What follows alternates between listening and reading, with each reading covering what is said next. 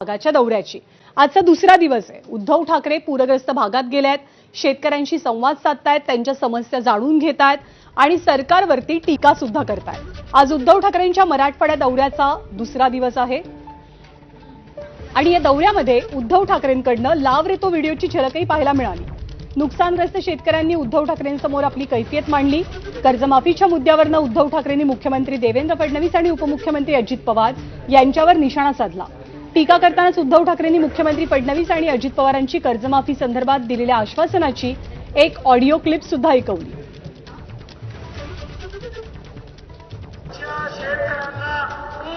कर्जमाफी आपण देणार आहोत।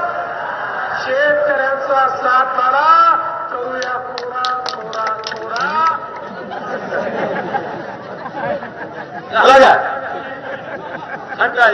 बाजूला नाही टाळ्या।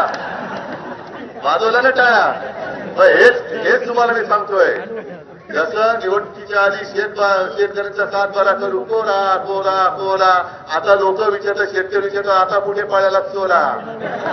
सध्या जनतेला स्पष्ट सांगतो, 31 तारखेच्या आत आपापले पैसे भरा पीक कर्जाचे।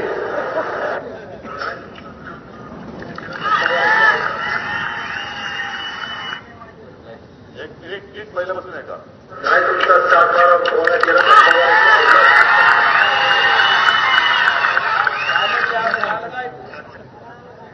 आता काय लावायचं? आता कोणाची अवलट लावणार? म्हणजे खोटी माणसं एवढे निर्दयी, म्हणजे मी नेहमी सांगतो की दगडाला सुद्धा पाजर फुटेल, पण ह्या निर्दयी निष्ठुर राजकारण्यांना पाजर फुटणार नाही। यांना पाजर तुम्हाला आणि आपल्याला मिळून फोडावं लागेल।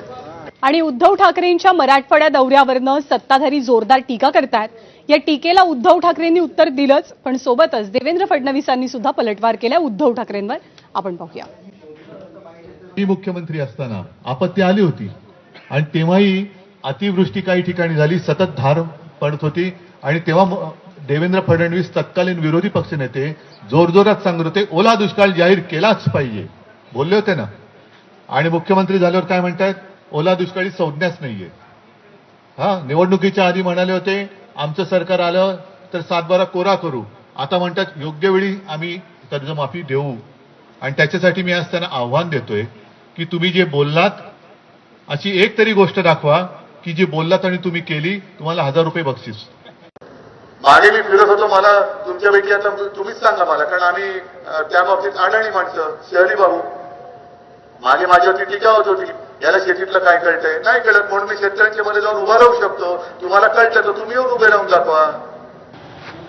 उद्धव ठाकरे हे बाहेर पडले याचा मला आनंद आहे, कारण ते मुख्यमंत्री असताना जेव्हा शेतकऱ्यांवर संकट आलं होतं त्यावेळेस ते कार्पेटवरनं खाली उतरले नव्हते।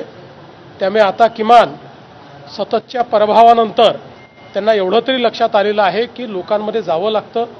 पण आपणच बघितलं आहे की अनेक ठिकाणी शेतकऱ्यांनी पाठ फिरवलेली आहे, कारण त्यांना माहिती आहे की निवडणुका डोळ्यासमोर ठेवून या ठिकाणी हे आलेले आहेत। सरकारचं पॅकेज हे लोकांच्या खात्यामध्ये पोचतंय आणि